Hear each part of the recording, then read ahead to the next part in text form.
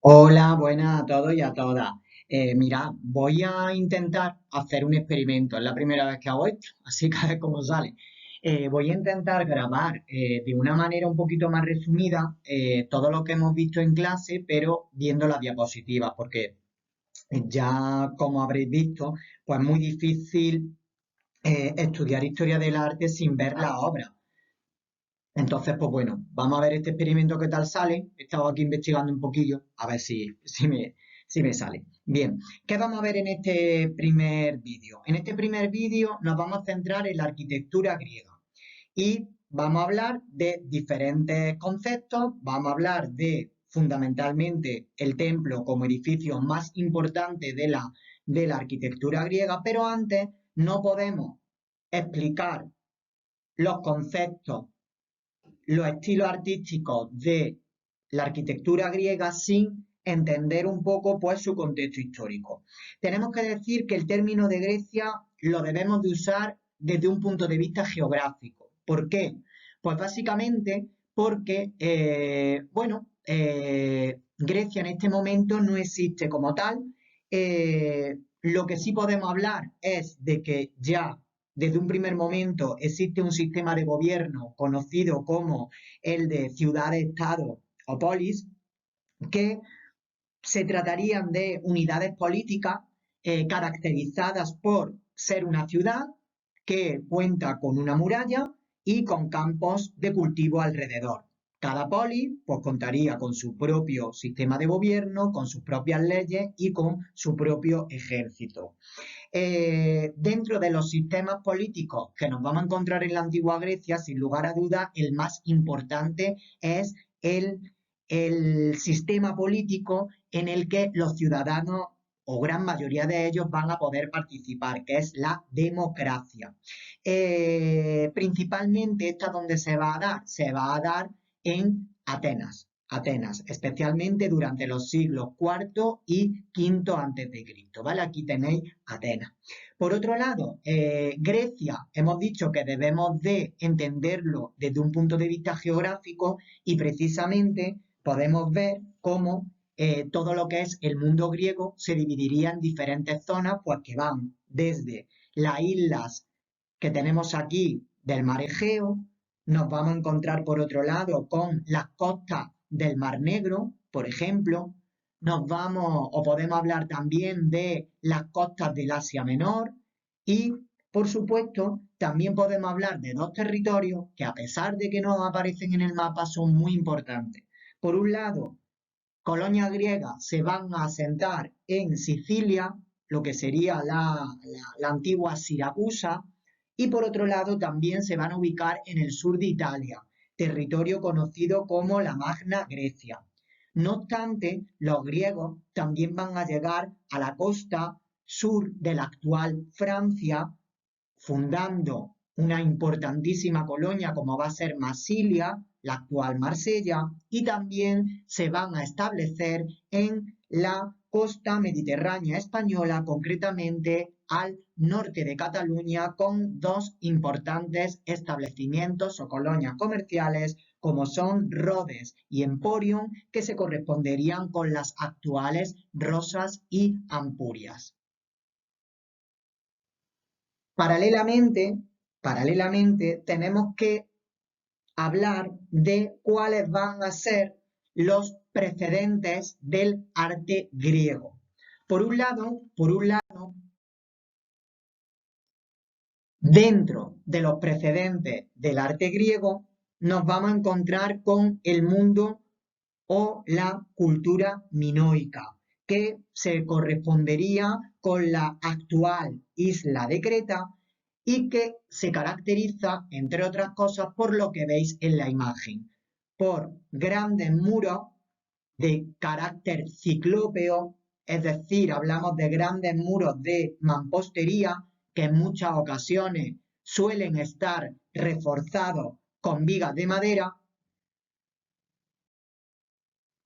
Y por otro lado también el mundo o la cultura minoica se caracteriza por este tipo de columna, una columna realizada en madera que suele estar pintada, ¿de acuerdo? Y que consta de un capitel que tiene un equino y un ábaco y por lo tanto puede ser un posible precedente de la columna dórica que a posteriori os explicaré y por supuesto antes de nada os presentaré.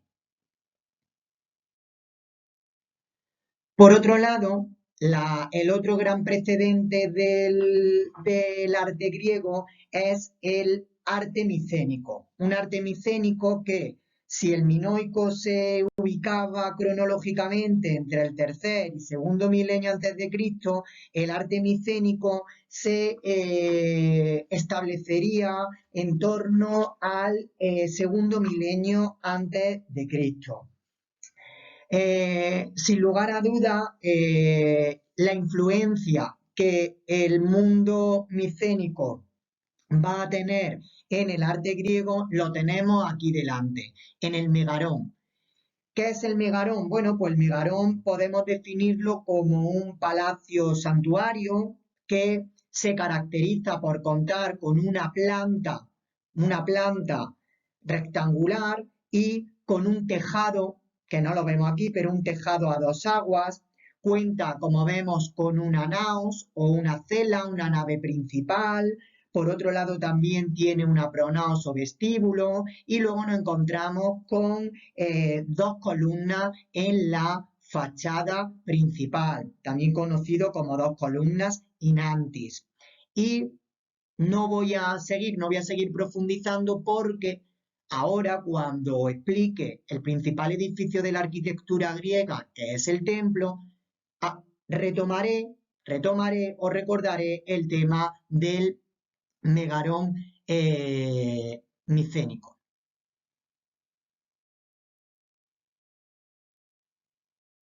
De esta manera, pues llegado a este punto, os tengo que decir que el arte griego se divide en tres etapas o tres épocas que coinciden con la historia de Grecia.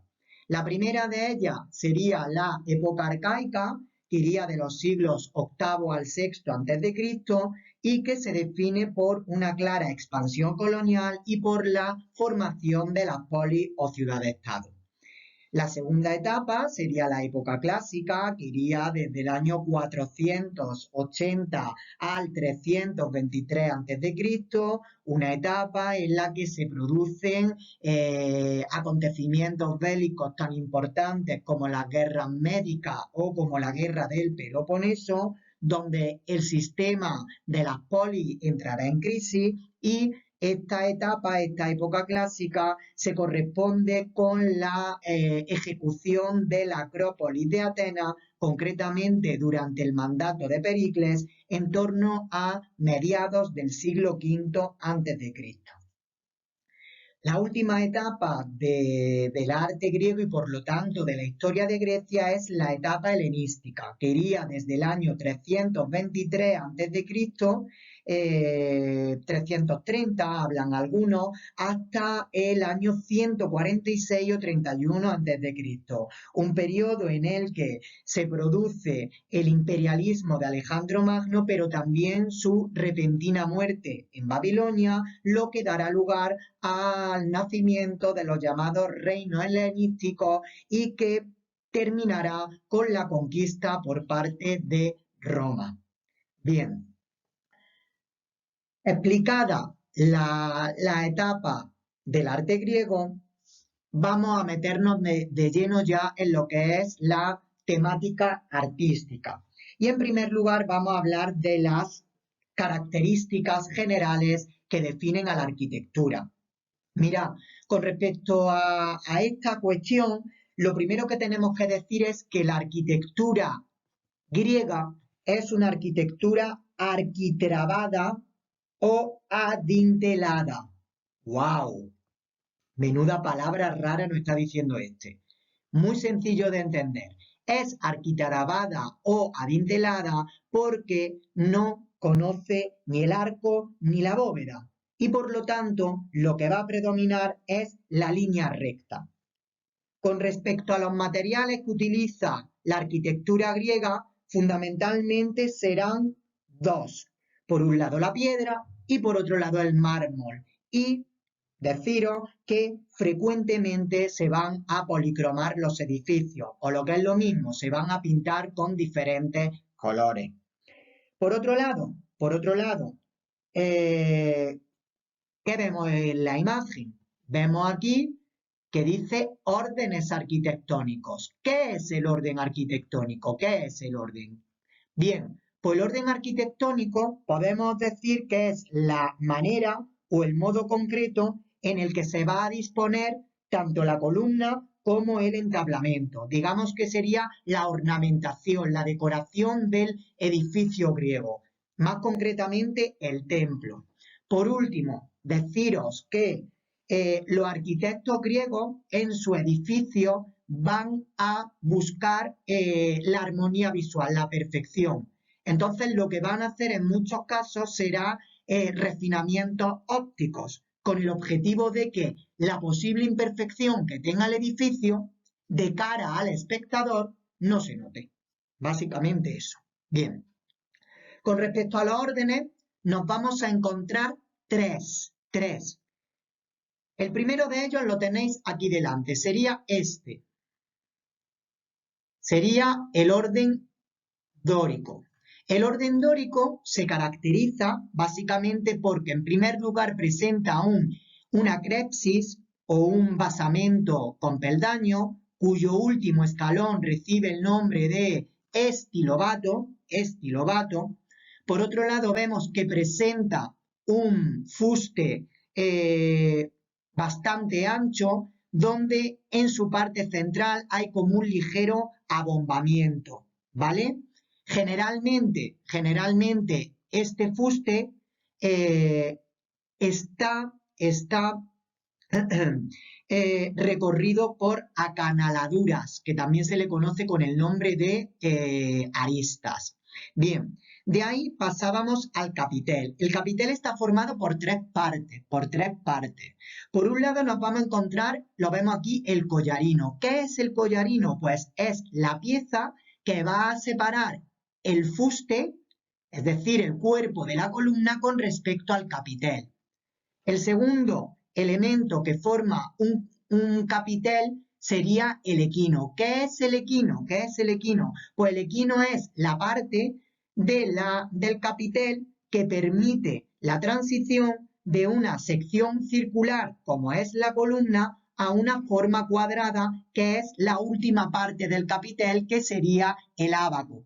El ábaco lo tenemos aquí, os lo estoy señalando ahora mismo, el ábaco. Pues bueno, que es la pieza superior del capitel sobre la cual va a descansar el arquitrabe, ¿de acuerdo? El arquitrabe. Bien, seguimos. Más para arriba y nos vamos a encontrar con otra parte muy importante, que sería el entablamento. El entablamento está formado por el arquitrabe o el dintel.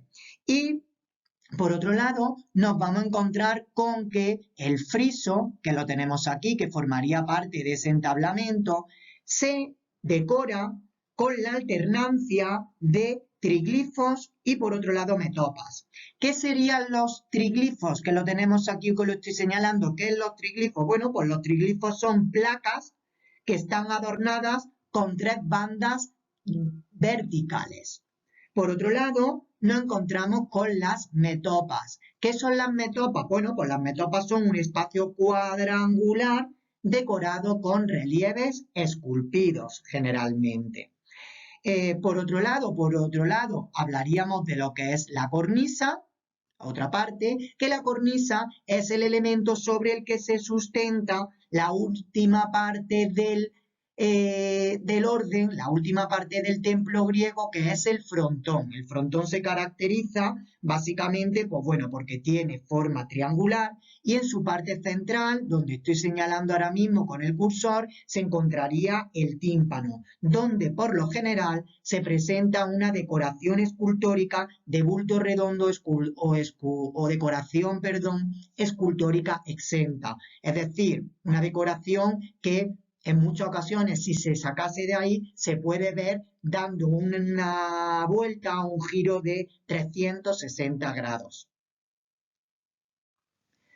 Bien, el segundo orden sería el orden jónico. El orden jónico se caracteriza básicamente, pues bueno, en primer lugar, consta de una crepsis o un basamento con peldaño y aquí es donde viene la primera diferencia con respecto al orden dórico y es que la columna tiene una base. Tiene una base que está formada por una serie de partes que os las digo para que las sepáis. Plinto, Escocia y Toro. Otra diferencia importante es su fuste, que a diferencia del dórico, vemos que es mucho más fino, es mucho más alto. Y una tercera diferencia, quizá la más destacada, es lo que os estoy señalando, el capitel. ¿Por qué? Porque el capitel está formado, está decorado con dos pequeñas volutas, término que se utiliza generalmente para designar un rollo en espiral. El entablamento, como vemos, el friso, el entablamento y tal, se puede acompañar de decoración figurativa y la cornisa generalmente está más elaborada que en el orden dórico y está un poquito más salida con respecto al orden anterior. La novedad también, que lo veremos, es que el fuste de la columna en muchas ocasiones en el orden jónico se puede sustituir por figuras femeninas que se conocen con el nombre de cariátides y figuras masculinas que se conocen con el nombre de atlantes. El último orden sería el orden corintio. El orden corintio es prácticamente similar al orden jónico, son lo mismo. Simplemente la diferencia la vamos a ubicar aquí, en su capitel. ¿Por qué? Porque el capitel va a estar decorado con hojas de acanto y caulículas o caulículos, que quiere decir volutas muy pequeñas. Y también va a aparecer rosetas. Es decir, en definitiva, el capitel del orden corintio se caracteriza porque presenta una decoración de tipo vegetal, ¿vale? Vemos ahí más órdenes clásicos, tenéis dos imágenes, continuamos. Y bien, de esta manera vamos a hablar, sin lugar a dudas, del edificio más importante de la arquitectura griega. Este es el templo. Lo primero que tenemos que decir es que toma como referencia el megarón micénico, lo que hemos visto anteriormente, eso por un lado. Y en segundo lugar, debemos de tener en cuenta que en principio los templos se realizaban en madera hasta el siglo VII a.C. que comienzan a realizarse en mármol. Con respecto al tamaño, pues bueno, en comparación con los templos orientales, son de pequeño tamaño. ¿Por qué? Porque el templo griego, como vimos en clase, no se trata de un lugar de culto, no, sino que se puede entender como la casa, como la morada de la divinidad, del dios o de la diosa. Con respecto a la forma, lo estamos viendo ahí. Nos vamos a encontrar pues desde templos que tienen planta rectangular, que serán la mayoría, pero hay una excepción, que es el templo circular, también conocido como zolos. Por otro lado, en cuanto a la estructura del templo, vamos a ver que este se articula en diferentes naves que, bueno, pues pueden estar separadas por columnas. Con respecto a las partes, pues generalmente nos vamos a encontrar, donde estoy señalando ahora mismo, con una pronaos, una especie de entrada que va a preceder el acceso al lugar sagrado del templo. Por otro lado, nos vamos a encontrar con una naos que es donde se encuentra la estatua de la divinidad, que por lo tanto, como he dicho antes, es el espacio sagrado, y por otro lado nos podemos encontrar con un opistodomos, es decir, el lugar en el que se guarda el tesoro. Con respecto a la clasificación, bueno, aquí no viene, pero ya os lo digo, y lo hemos visto en clase, dependiendo del número de columnas que tengan en su pórtico, dependiendo del número de columnas que tengan en el pórtico, pues podemos hablar desde un templo dístilo que tiene 2 columnas, desde un templo, lo vemos aquí, un templo dístilo, un templo tetrástilo porque tiene 4 columnas, un templo hexástilo porque tiene 6 columnas, un templo octástilo porque tiene 8 columnas o un templo decástilo porque tiene 10 columnas en su pórtico. Por otro lado, nos podemos encontrar con templos que pueden tener un pórtico o pueden tener 2 pórticos. Si tienen un pórtico se conocen con el nombre de próstilo. Como vemos aquí, no tienen otro pórtico, no tienen otra entrada, solo la tienen aquí. Por el contrario, si tienen 2 pórticos, o lo que es lo mismo, tienen 2 entradas, podemos hablar de templo anfipróstilo. ¿De acuerdo? Y, por otro lado, dependiendo de si tiene o no columnas alrededor del templo, podemos hablar del templo díptero o podemos hablar del templo períptero. Bien, una vez que ya hemos hablado de la clasificación de los templos y hemos dado unas características generales del mismo, vamos a ver ejemplos. Y el primero de ellos es este templo, el templo de Artemis en Éfeso, del periodo arcaico, que servirá de modelo a imitar en el orden jónico. Por otro lado, en la Magna Grecia nos vamos a encontrar con un orden dórico de gigantescas proporciones como el que tenemos aquí delante, el templo de Hera en Paestum. Por su parte, en Doria, evidentemente el dórico está perfectamente establecido y de ejemplo nos encontramos con el templo de Artemis en Corfú. De este modo pasamos al periodo clásico, que, como ya os dije en la introducción, será la época de máximo esplendor del arte griego. En la Atenas de Pericles se va a reconstruir su acrópolis en el año 440 a.C., ya que ésta había sido previamente destruida por los persas en el año 480. La Acrópolis literalmente significa ciudad alta y, según la mitología griega, es el lugar donde Atenea y Poseidón lucharon por el dominio del Ática. La Acrópolis está compuesta por una serie de edificios que vamos a ver a continuación. Por un lado, nos encontramos con los prolipeos o también las puertas de acceso a la ciudad sagrada. Se tratan de unas puertas de acceso de carácter monumental en orden dórico, cuyo arquitecto es Menesicles.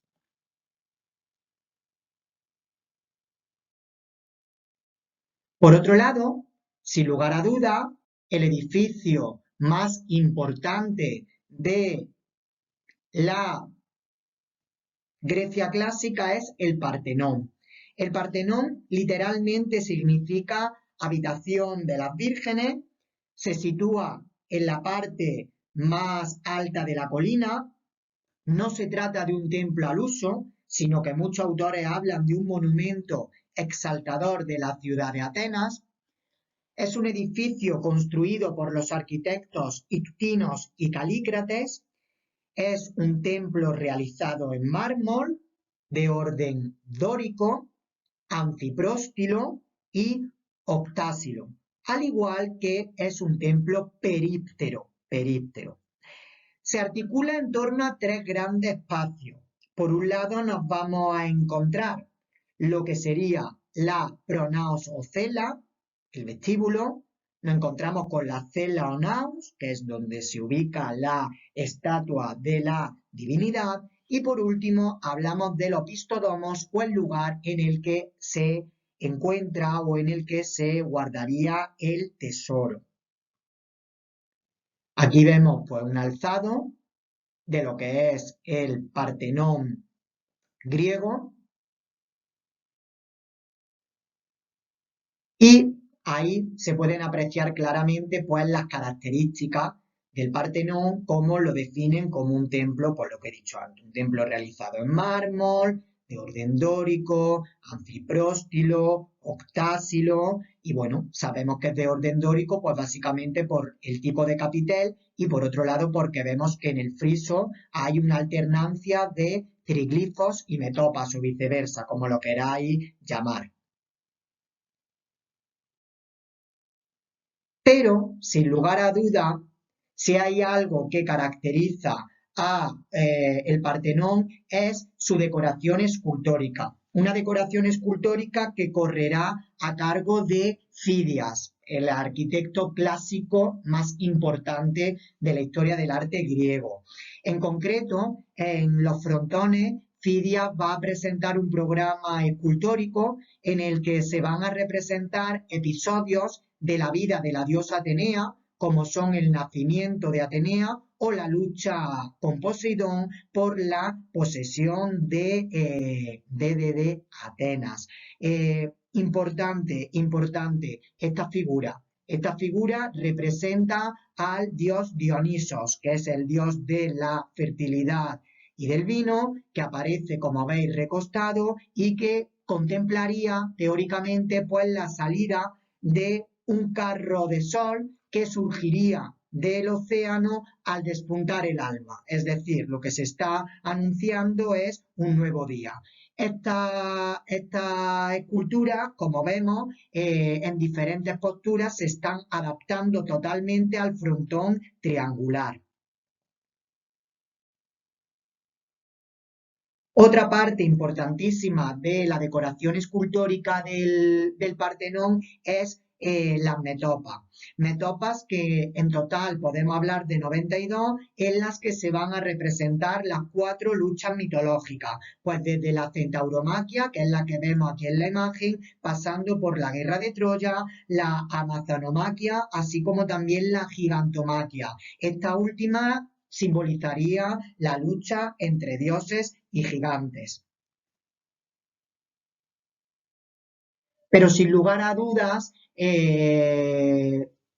la pieza escultórica más importante del Partenón es el friso que rodea a la cela, ¿de acuerdo? Donde Fidias va a desarrollar todo su virtuosismo técnico. Sin lugar a dudas, lo más interesante es el llamado friso de las Panateneas. Lo que se está representando es una gran ceremonia que se celebraba en honor a la diosa Atenea y que finalizaba con la entrega del peplo, es decir, este vestido del peplo a la deidad en presencia de una asamblea de dioses. Aquí, lo que he dicho antes, el virtuosismo técnico de Fidias se manifiesta con su famosa técnica de los paños mojados, una técnica que permite ver la anatomía de las panateneas a través de los pliegues de los peplos, de los ropajes que llevan las participantes, ¿no? Por otro lado, Fidias, ¿cómo consigue la sensación de profundidad? Muy sencillo, mediante una gradación del relieve con el objetivo de sugerir diferentes o varios planos de profundidad. Otro edificio muy importante de la Acrópolis ateniense es el que vemos en la imagen.